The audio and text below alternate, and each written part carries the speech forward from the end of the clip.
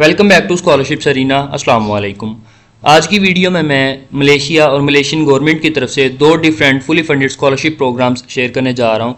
First programme है Malaysian international scholarship MIS जिसको आप कह सकते हैं, और सेकंड प्रोग्राम है वो है MTCP Malaysian technical cooperation programme. तो दोनों फुली फंडेड प्रोग्राम्स हैं, दोनों के लिए without IELTS without application fee आप अप्लाई कर सकते हैं। दोनों के जो डिफरेंट कैरेक्टरिस्टिक्स और डिफरेंट एस्पेक्ट्स हैं वो मैं कवर करूँगा आज की वीडियो में। तो चलते हैं, सबसे पहले सेकंड प्रोग्राम की तरफ चलता हूँ जो कि ऑफर किया जा रहा है MTCP की तरफ से, मलेशियन टेक्निकल कोऑपरेशन प्रोग्राम। जैसा कि नाम से पता चल रहा है टेक्निकल कोर्सेज बेसिकली डिफरेंट जो ऑफर किए जा रहे हैं। थोड़ा थोड़ा एलिजिबिलिटी क्राइटेरिया और डेडलाइन डिफरेंट है सभी की, लेकिन जो मेन एलिजिबिलिटी क्राइटेरिया है वो देखते हैं। सबसे पहले तो कि जो स्टूडेंट्स हैं, इंटरनेशनल स्टूडेंट्स अप्लाई करना चाहते हैं, वो MTCP कंट्रीज़ के हों। पाकिस्तान उस कंट्री की लिस्ट में है, पाकिस्तानी स्टूडेंट्स अप्लाई कर सकते हैं, ठीक है।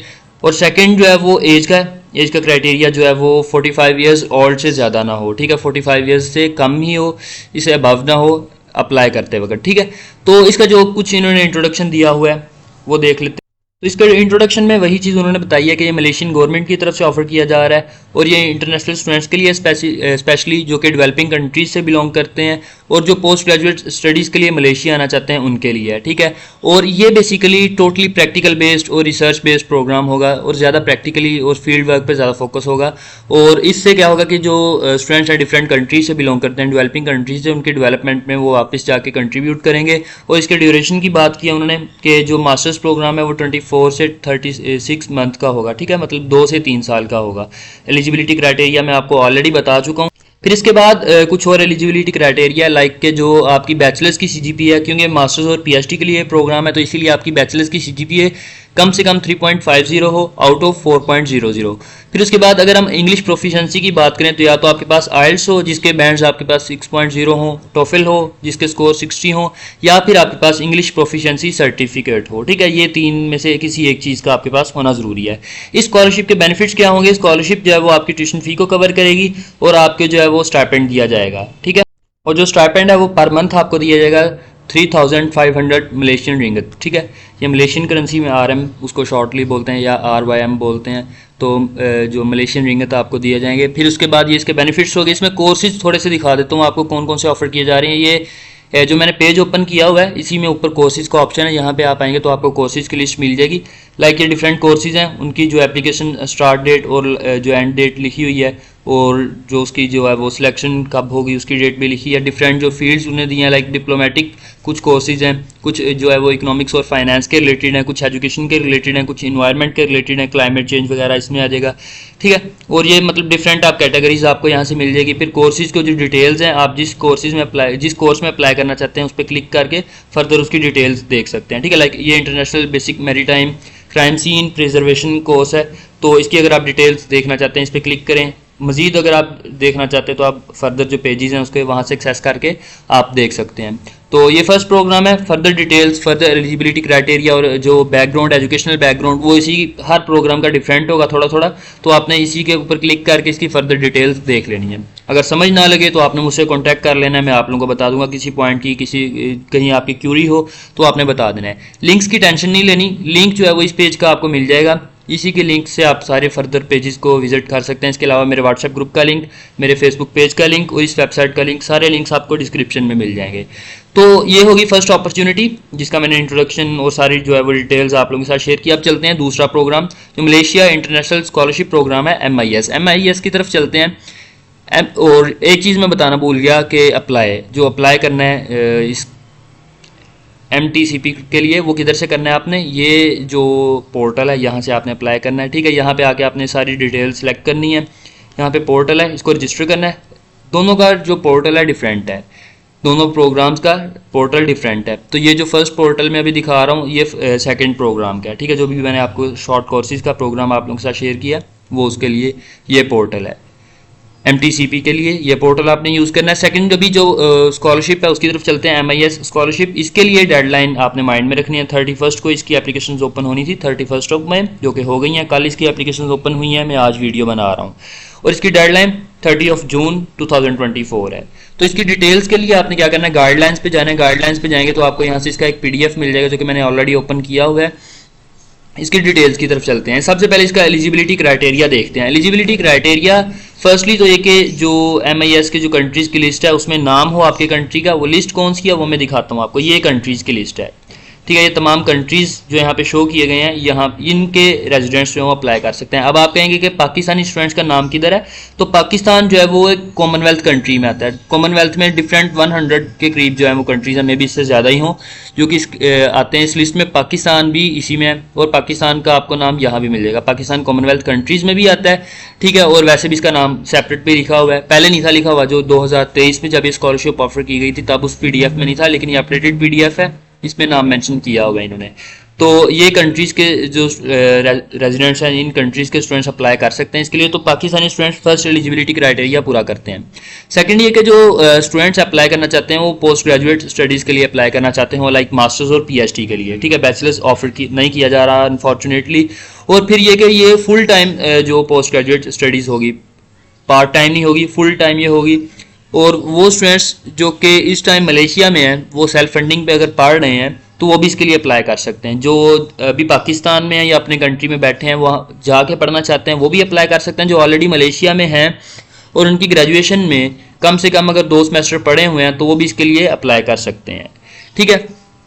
तो ये था इसका एलिजिबिलिटी क्राइटेरिया। कंट्रीज़ की लिस्ट भी मैंने आपको दिखा दिया। फर्दर इसकी डिटेल्स की तरफ चलते हैं। अप्लाई किधर से करना है, आपने अप्लाई इस लिंक पे जाके करना है, जो मैंने आपको अभी पोर्टल दिखाया। यहाँ होम पे अगर आप आएंगे तो आपको यहाँ से पोर्टल मिल जाएगा, सॉरी होम पे नहीं, यहाँ पे लॉगिन पे आपने जाना है, यहाँ से आपको पोर्टल मिल जाएगा। दोनों पोर्टल्स डिफरेंट हैं। ये देखें, ये सेकंड के लिए था, ये फर्स्ट अपॉर्चुनिटी MIS के लिए है। यहाँ पे आके आपने सबसे पहले खुद को साइन अप करके रजिस्टर कर लेना है। रजिस्टर करने के बाद आपने लॉगिन करके अप्लाई करना है, ठीक है। तो ये पोर्टल का लिंक हो गया। और फिर इसके लिए डॉक्यूमेंट्स कौन कौन से चाहिए, सबसे पहले तो ये कि आपको अपनी जो है वो आप कह लो आइडेंटिफिकेशन के लिए कोई भी डॉक्यूमेंट चाहिए होगा।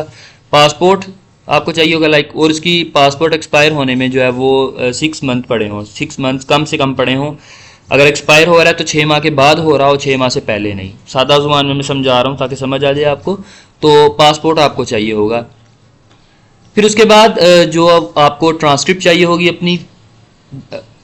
और PhD के लिए जो अप्लाई करना चाहते हैं उनके पास बैचलर्स मास्टर्स की जो है वो ट्रांसक्रिप्ट होनी चाहिए। जो मास्टर्स के लिए अप्लाई करना चाहते हैं उनके पास बैचलर्स की ट्रांसक्रिप्ट होनी चाहिए। फिर उसके अलावा जो है वो ट्रांसक्रिप्ट जो उसमें सारे मॉड्यूल्स दिए गए हों, जो सारे कोर्सेज आपने पढ़े हैं, जो जो उनसा सब्जेक्ट पढ़ा है, वो तमाम जो है वो कोर्सेज उस ट्रांसक्रिप्ट में मेंशन हों।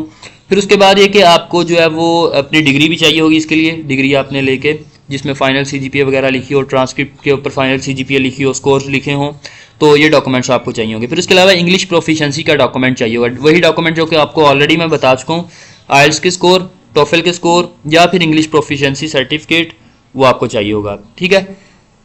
इंग्लिश प्रोफिशिएंसी सर्टिफिकेट या फिर जो है वो हम मीडियम ऑफ इंस्ट्रक्शंस बोलते हैं, LOM तो डिफरेंट है, MOI जिसको हम बोलते हैं, मीडियम ऑफ इंस्ट्रक्शंस सर्टिफिकेट जिसको हम बोलते हैं, वो अगर आपके पास है तो आप इनके बेस पे अप्लाई कर सकते हैं। IELTS वगैरह या TOEFL वगैरह कंपलसरी नहीं है।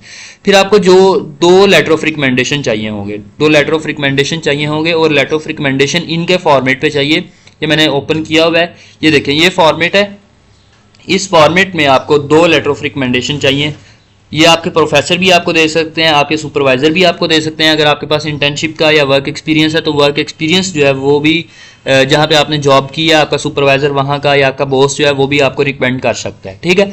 तो 2 लेटर ऑफ रिकमेंडेशन आपको चाहिए होंगे इसके लिए।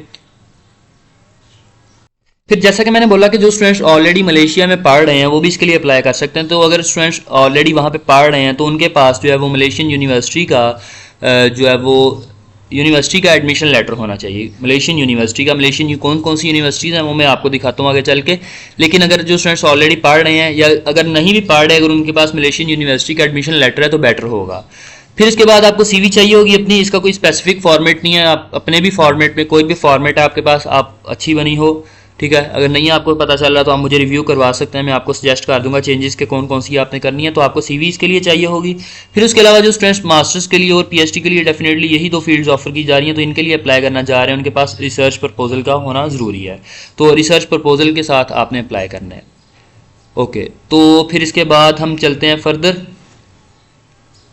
वो तमाम स्टूडेंट्स जिनके डॉक्यूमेंट्स लाइक डिग्री और ट्रांसक्रिप्ट और लेटर ऑफ जो मोटिवेशन है, सॉरी लेटर ऑफ मोटिवेशन नहीं, लेटर ऑफ इंस्ट्रक्शंस है जिसको मैं इंग्लिश प्रोफिशिएंसी सर्टिफिकेट बोल रहा हूँ, वो अगर उनका इंग्लिश में नहीं है तो अपने इन तमाम डॉक्यूमेंट्स को आपको इंग्लिश में ट्रांसलेट करना होगा, ठीक है। उनकी जो है वो ओरिजिनल और फोटोकॉपीज़ वो दोनों आपको अपलोड करनी होंगी एक साथ। और फर्दर जो क्राइटेरिया इन्होंने बताया हुआ है एज का जो है वो क्राइटेरिया 40 से 45 ईयर्स ओल्ड, इससे ज़्यादा आपकी एज ना हो।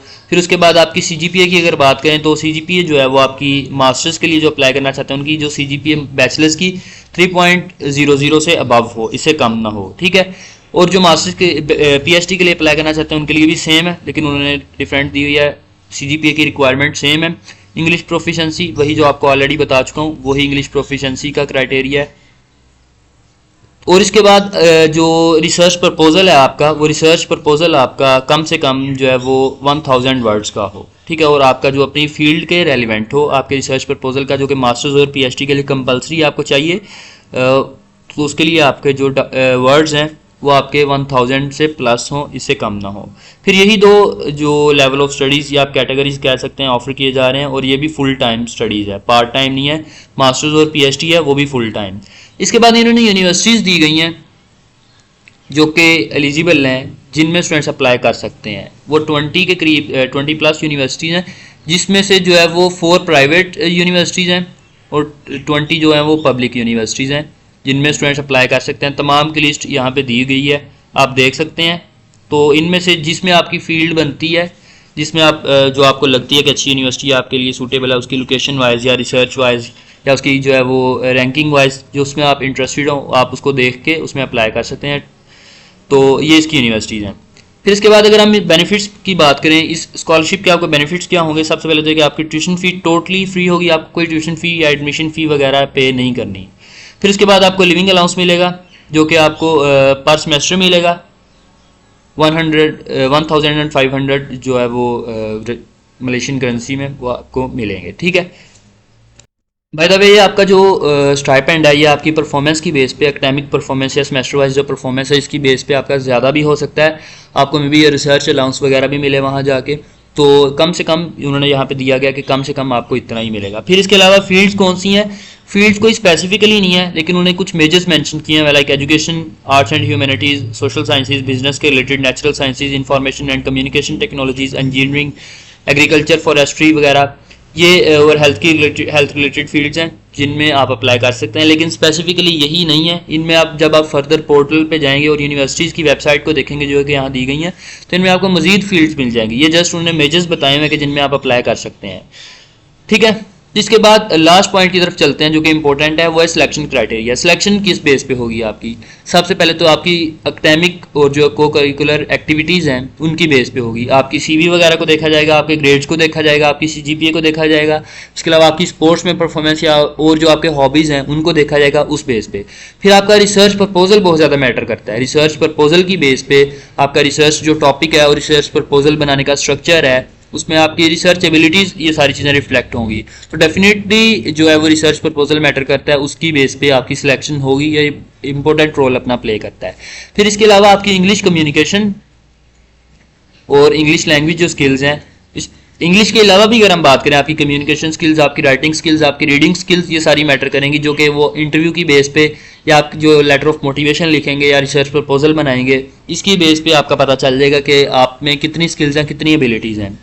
तो फर्दर इसका कुछ उन्होंने जो है वो डॉक्यूमेंट्स वगैरह का क्राइटेरिया बताया और जो टर्म्स एंड कंडीशंस हैं वो उन्होंने बताई गई हैं, जो कि यहाँ पे मेंशन्ड है। और फर्दर उन्होंने अगर आप कांटेक्ट करना चाहते हैं, कोई क्वेश्चन है आपके माइंड में, तो उन्होंने अपना ऑफिशियल एड्रेस दिया हुआ है, ईमेल एड्रेस भी दिया हुआ है, ठीक है, और फ़ोन नंबर भी दिए हुए हैं। हर चीज़ जो है यहाँ पे दी हुई है, उन्होंने अपनी कॉन्टैक्ट इन्फॉर्मेशन में आपको मिल जाएगी यहाँ से।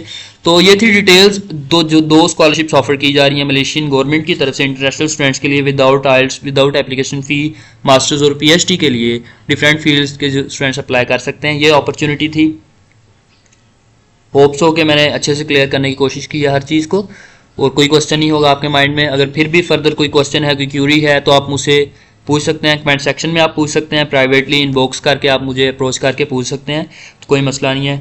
मिलते हैं अगली वीडियो में अगली अपॉर्चुनिटी के साथ। अपना ख्याल रखें। अल्लाह हाफिज़।